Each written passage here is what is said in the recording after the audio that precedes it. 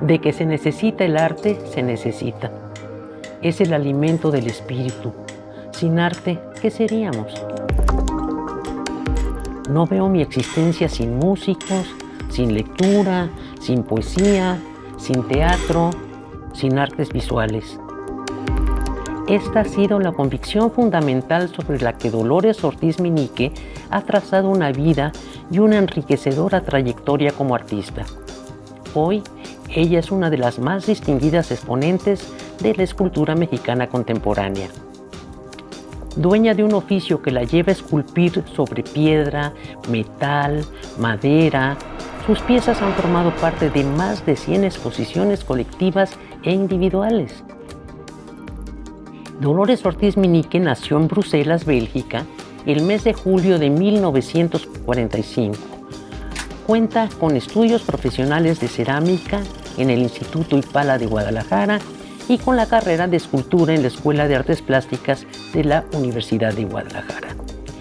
La artista ha afirmado que lo verdaderamente emocionante es trabajar la obra, ensuciarse durante el proceso y finalmente verla entre la gente en la calle. Es el proceso de devastar y de ir quitando para ver qué es lo que resultará. Eso es lo fascinante. Cuando la pieza ya está terminada, se pierde un poco la emoción. La escultura es para la calle, que se vea, que la gente acceda a ella. Es una manera de educar y sensibilizar. Además de diseñar y desarrollar obra de gran formato en países como Puerto Rico, Cuba, Turquía, China, Corea, Chile, Costa Rica y Canadá, en 2021 develó su escultura de 3 metros que lleva el nombre de Tótem, pieza que se exhibe en el municipio jalisciense de Degollado. Y en 2018 instaló en la calle de Puerto Melaque un portal que representa una puerta del arte para la ciudadanía. Para la creadora, quien ubicó su taller personal a un costado de Avenida Patria en la colonia Guadalajarita, la meta no es instalar sus creaciones en una galería, en un museo, en una casa. Ella cambia la idea de que sus piezas estén dentro de un museo cerrado para que se muestren en espacios abiertos y para que sus esculturas vivan entre la gente.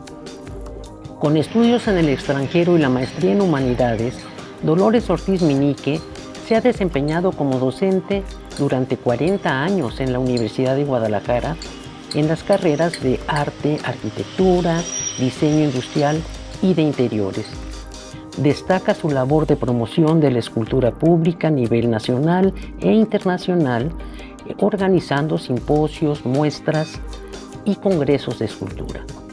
Actualmente se desempeña como jefa del Departamento de Artes Visuales del Centro de Arte, Arquitectura y Diseño de la Universidad de Guadalajara y es coordinadora de la región latinoamericana y del Caribe de la Asociación Internacional de Artes Plásticas con sede en la UNESCO.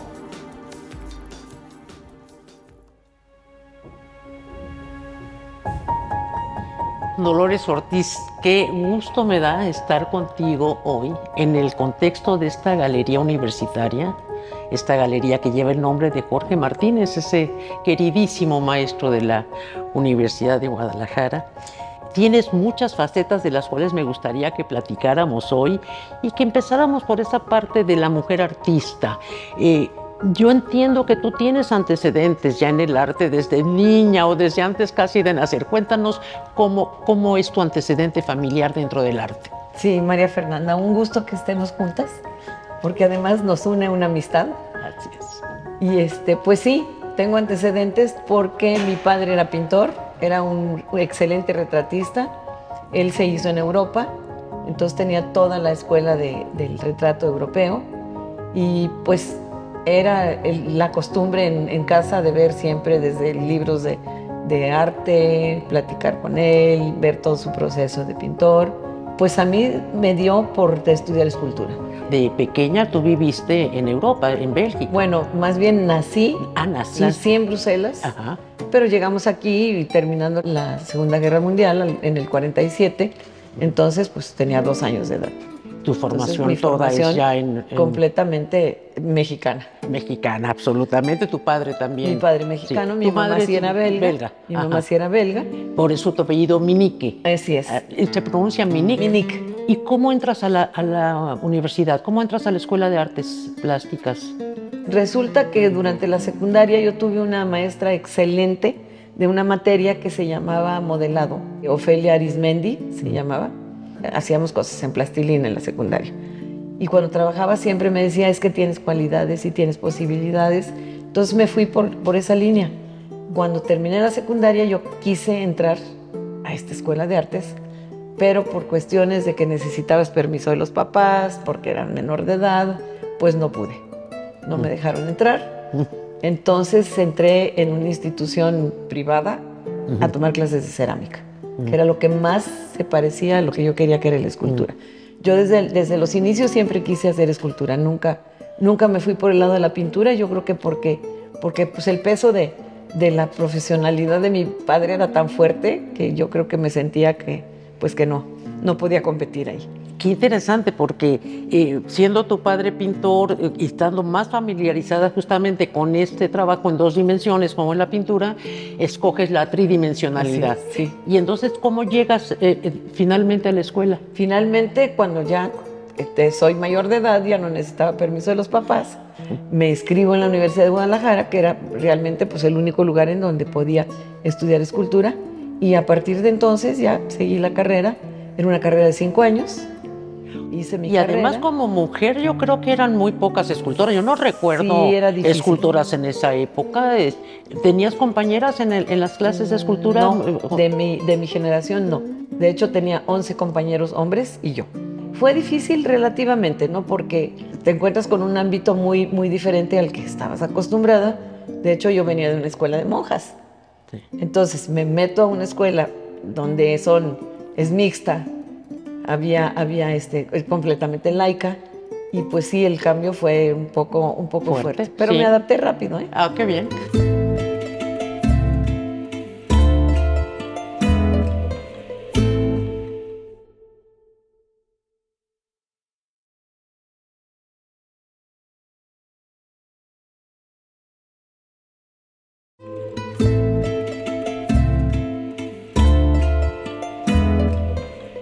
Oye, ¿y quiénes fueron tus maestros de escultura?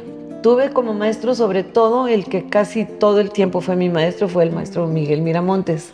Que fue el iniciador fue el iniciador de la carrera de escultura. De hecho, el maestro Martínez lo trajo a él de México. Pero sí, ya se quedó siempre aquí. Recuerdo que aquí tenía su estudio, todo, hizo además mucha obra aquí. Sí, que él fue tu primer maestro de escultura. Él fue mi primer maestro. Ya. Después llegó el maestro Olivier Seguin, que fue realmente el parteaguas de lo que nos enseñaba Miramontes. Que claro, porque eran 2 visiones opuestas. Olivier Seguin llega por invitación de Díaz Morales, ¿no? Llega por invitación de Díaz Morales, dando clases en arquitectura, y después, como era escultor, se vino a dar clases aquí, y sí, realmente fue un cambio radical de las tendencias. ¿Cuántos años estuvo aquí como maestro? Creo que estuvo como 5 años, después se fue a la Ciudad de México.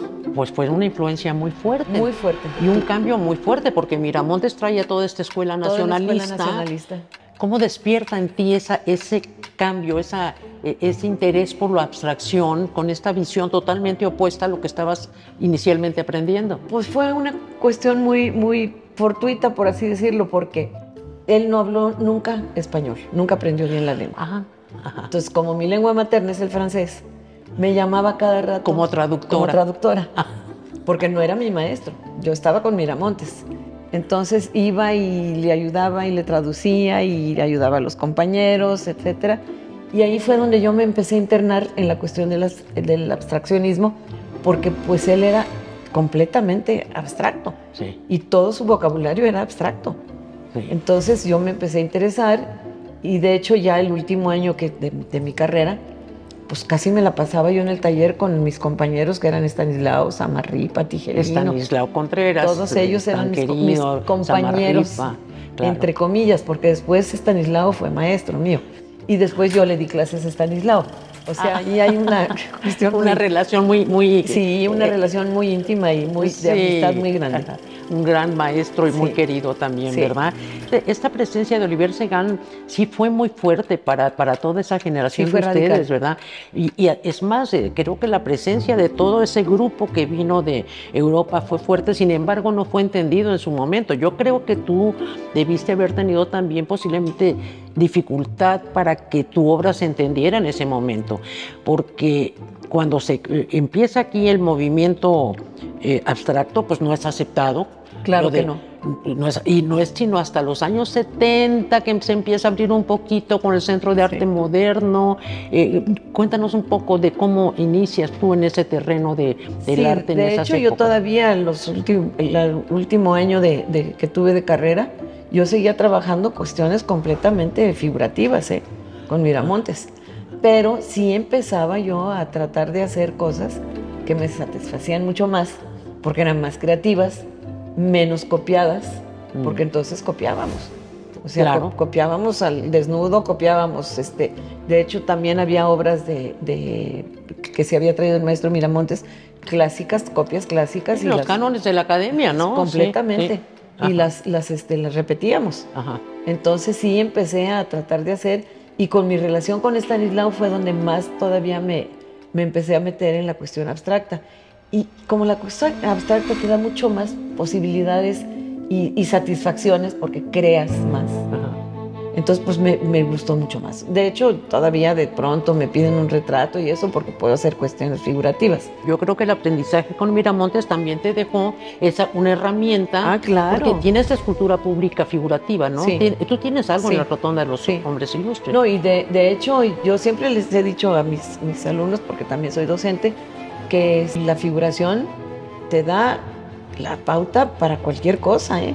Eso te quería preguntar, ¿un escultor debe ser un buen dibujante? Claro, tienes que tener academia. De otra manera, o sea, la academia te da la pauta para hacer lo que tú quieras. Y es donde vas a aprender todo, lo que son desde dimensiones, proporciones, composición, todo lo que es la base de lo que vas a hacer. Te lo va a dar la academia. Te lo va a dar la academia. Sí. Y entonces sí, tú tomas tu línea, ¿no? Lo que a ti te guste. Pues por ejemplo, la pieza que tienes en la Rotonda de los Hombres Ilustres es una pieza que está solucionada de una forma académica. Sí, claro. Pero cuéntanos, ¿qué más otras esculturas tienes tú aquí en Jalisco? Sí, tengo algunos retratos, sobre todo, que he hecho. De hecho, hace poco hice un retrato de un médico muy reconocido aquí, de Amado Ruiz, y para el Hospital Civil. Ajá. Entonces, son de pronto encargos que tienes, ¿no? Que no es realmente lo que he seguido haciendo. Ajá. Continuamente, pero sí de pronto pues, se me pide, como el monumento que hice aquí también para la Rotonda. Para la Rotonda, ¿qué personaje tienes ahí? Es Rojas González. Rojas González. Y dentro del aspecto ya de la abstracción, que es tu lenguaje, ¿qué otras esculturas tienes aquí en Jalisco? De gran formato y monumentales. Tengo una en el Parque Metropolitano que se hizo durante los Panamericanos.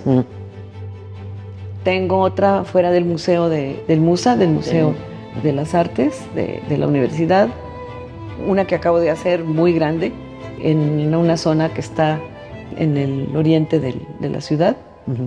Es una ¿Y fuera de Guadalajara tienes? Sí, fuera de Guadalajara tengo varias. Primero, digamos, en otros municipios, porque en Chapala tienes obra tengo en Chapala. Y hace poco inauguré una en el municipio de Degollado. En Degollado, exactamente. Sí, y tengo otras en Nayarit. Pero entiendo que también tu obra se encuentra en otros continentes, en otros países. ¿Dónde tienes obra? Sí, así es. Lo que pasa es que, mira, haciendo un poquito de historia, yo pertenezco a un circuito de escultores que hacemos escultura por el mundo. Así, somos escultores del mundo. Escultores del mundo, sí. Qué bonito. Y entonces he tenido la oportunidad de hacer escultura de gran formato para diferentes países en donde se me ha invitado. Esto te da oportunidad de hacer lo que yo creo que es el deseo de la mayoría de los escultores, de hacer obra pública. Sí. Porque es lo que nos interesa. A mí no me interesa tanto tener la obra guardada en espacios cerrados y que dure ahí eternidades, sino que la escultura es para la gente, ¿no? Entonces, Están los espacios públicos. claro, ¿sí? me interesa mucho que la escultura esté en lugares donde están los transeúntes viendo y hablando con la escultura, dialogando con ella, o que se convierten en apropiaciones de la misma gente que las está viendo, ¿no?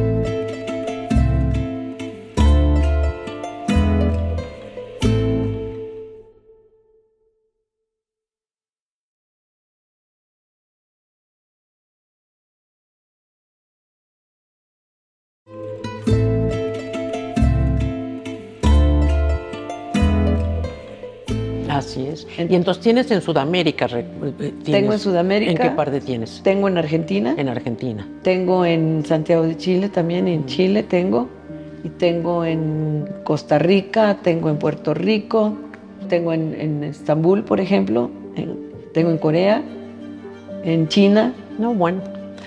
Internacional, etcétera. Eres una escultora además con una gran trayectoria. Y cuéntame un poco acerca de la técnica. ¿Cuál es la técnica que a ti te gusta más trabajar? ¿En qué materiales, qué texturas, qué tonos usas? Fíjate que yo soy talladora de naturaleza, a mí me gusta la talla. La talla directa. Aunque es una talla terrible hacer talla, ¿eh? Porque sí necesitas fuerza, muy, ¿no? Y es sobre todo muy entretenida, es sucia. Les digo, las esculturas empiezan sucias y terminan bonitas. Nadie te soporta porque haces ruido, haces polvo, haces basura, pero pues es lo que más me gusta y desde siempre me ha gustado. Lo que sucedió es que yo modelé muchos años cuando estuve de estudiante. Entonces lo que hacíamos era modelar. ¿Modelabas como modelo o modelabas en plástico? Manualmente con barro o con plastilina, ya hacías moldes, sacabas yesos. Y yo empecé a tallar y empecé tallando madera. Que es más blanda, porque sí, la piedra sí, pues hay unas que son muy duras también, ¿eh? Sí. Y unas que son contaminantes también. Pero llegó un momento en que me sentía hasta cierto punto culpable porque compraba la madera en aserraderos y la mayoría son clandestinos. Entonces, pues no me empezó a gustar mucho ya, porque pues tenía que ser madera curada, no puede ser madera que recolectas en la calle, ¿no? Porque pues no se presta para... Claro. Entonces empecé a tratar de recolectar maderas en diferentes lugares y seguí haciendo un poco de tiempo madera, pero en el momento que descubrí, ya hace varios años, la piedra, pues realmente fue lo que me enamoró. ¿Y qué tipo de piedra trabajas? Pues he trabajado muchas piedras diferentes, desde granito, que es el top de dureza de las piedras para talla, hasta pues este tipo de piedras que son calizas. Ajá. Entonces son más fáciles de trabajar. Veo que son blancas tus piezas. Sí, es una piedra, bueno, nada más me sé el nombre en inglés porque es una piedra que se traen del estado de Texas. Ajá. Y se llama limestone. Limestone, ajá. Y me gustó mucho porque pues es blanca como yeso. Entonces me gustó mucho y no es muy complicada de trabajar. Tiene una textura muy cerrada, es muy densa.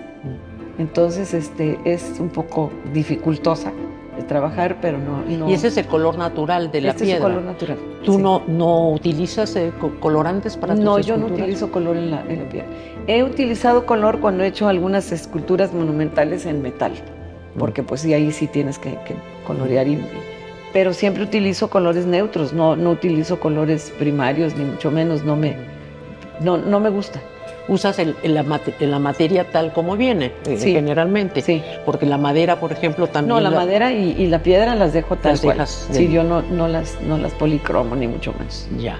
Y ahora la otra parte tuya muy interesante es esta parte académica, en donde tú has desarrollado todo un trabajo dentro de la universidad que ha pues sido fundamental para la formación de nuevas generaciones. Imagínate si me gusta y tengo la experiencia, tengo 43 años dando clases en la universidad.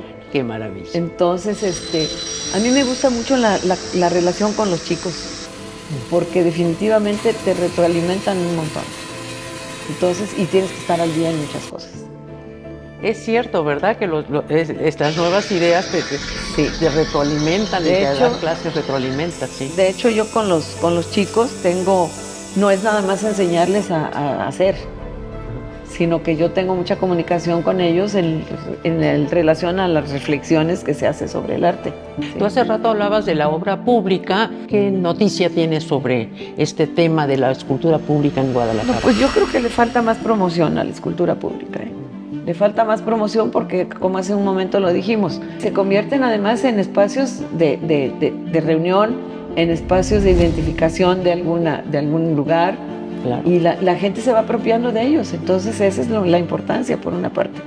Como promotora cultural, tuviste unos encuentros de escultores muy importantes aquí.